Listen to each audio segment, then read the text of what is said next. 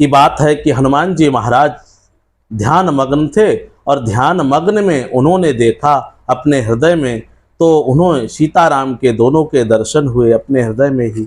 परंतु वह मन में विचार करने लगे कि सीताराम दोनों के मुझे जो है अपने हृदय में दर्शन हुए हैं, दोनों लोग साक्षात हमारे हृदय में वास करते हैं, परंतु दोनों लोग इस समय तो अलग अलग हैं। एक वन में हैं तो दूसरे राजमहल में राजधर्म का पालन कर रहे हैं। एक वन देवी के रूप में वन में वाल्मीकि जी के आश्रम में हैं। परंतु दोनों में हमने एक बात अवश्य देखी है कि हम अगर इधर कोई बात कहते हैं तो प्रभु को पता चलती, प्रभु को बात माता सीता को पता चल जाती है। तो यह जानकारी अवश्य होनी चाहिए। यह देखने के लिए वो पहले तो माता सीता के पास गए, उनको देखा जैसा आचरण वन में वो कर रही हैं, जमीन पर सोना और अपने इष्ट का ध्यान करना, भगवान श्री राम के चरणों में वंदना करना। और जब लौट के उन्होंने देखा कि प्रभु के पास, तो प्रभु भी वैसे ही जमीन पर सो रहे हैं, चटाई बिछाकर शयन कर रहे हैं और हृदय करुणा से माता का ध्यान भी कभी कभी करते हैं वो। और हर समय एक दूसरे का संयोग प्राप्त होता रहता है। ये कैसी विचित्र बात है, ये हनुमान जी महाराज को समझ में नहीं आई। तो उन्होंने क्या किया, एक दिन उनके मन में यह विचार, ये जानने का विचार आया कि प्रभु ही जानते हैं कि मेरी शुदा शांत कैसे होती है और दूसरा कोई नहीं जानता। इस कारणवश माता सीता जो है रसोई बना रही थी, हनुमान जी महाराज वहाँ पहुँच गए और उन्होंने कहा कि हे माता श्री, मुझे अत्यंत बहुत तीव्र भूख लगी है। तो सीता जी ने कहा, ये तो अच्छी बात है, आपको यहाँ आए हो तो हम भोजन आपको अवश्य कराएं, यथानुसार जो जंगल में है वही भोजन हम आपको करा सकते हैं। हनुमान जी बोले, माता जी आपका दिया हुआ प्रसाद और भोजन अमृत के तुल्य है, आप जो परोसेंगी हम वही ग्रहण कर लेंगे। तो उन्होंने कहा ठीक है। तो जब हनुमान जी को बैठाया तो जैसे ही हनुमान जी के सामने थालियों के थालिए ला के रखती थी, तो जो भी रखती थी वो सब खाते जाके उनकी क्षुधा जो है शांत नहीं हो रही। इस प्रकार जो है उन्होंने जो अन्न भंडार का अन्न था वह सब समाप्त होने पे आया, तब भी हनुमान जी महाराज की क्षुधा जो है शांति ही नहीं हो रही है।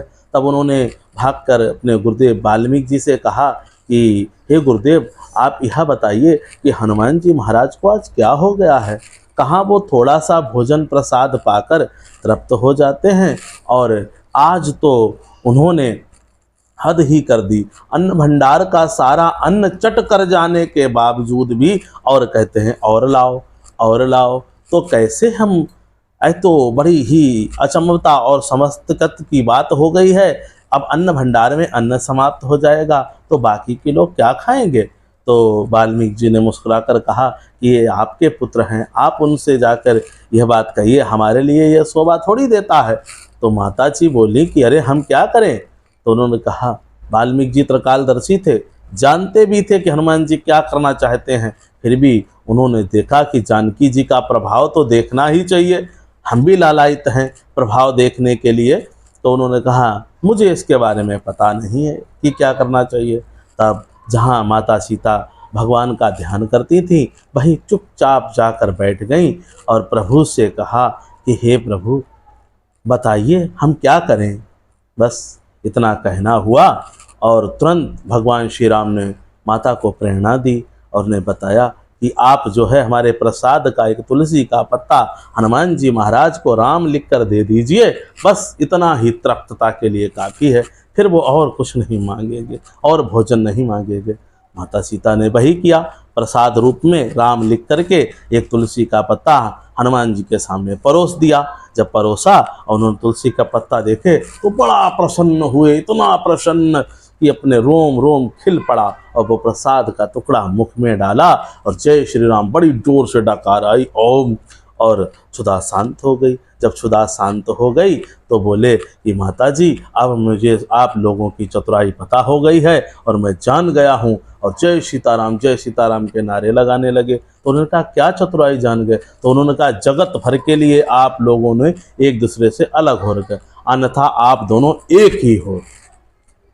शरीर और प्राण एक साथ ही हैं। तो उन्होंने कहा वो कैसे? तो उन्होंने कहा प्रभु के अतिरिक्त और कोई नहीं जानता था कि मेरी सुधा कैसे शांत होगी। यह बात आपको प्रभु ने ही बताई, इसीलिए मैं जान गया हूँ कि आप दोनों एक हैं। आपकी शक्ति अनंत, आप अनंत।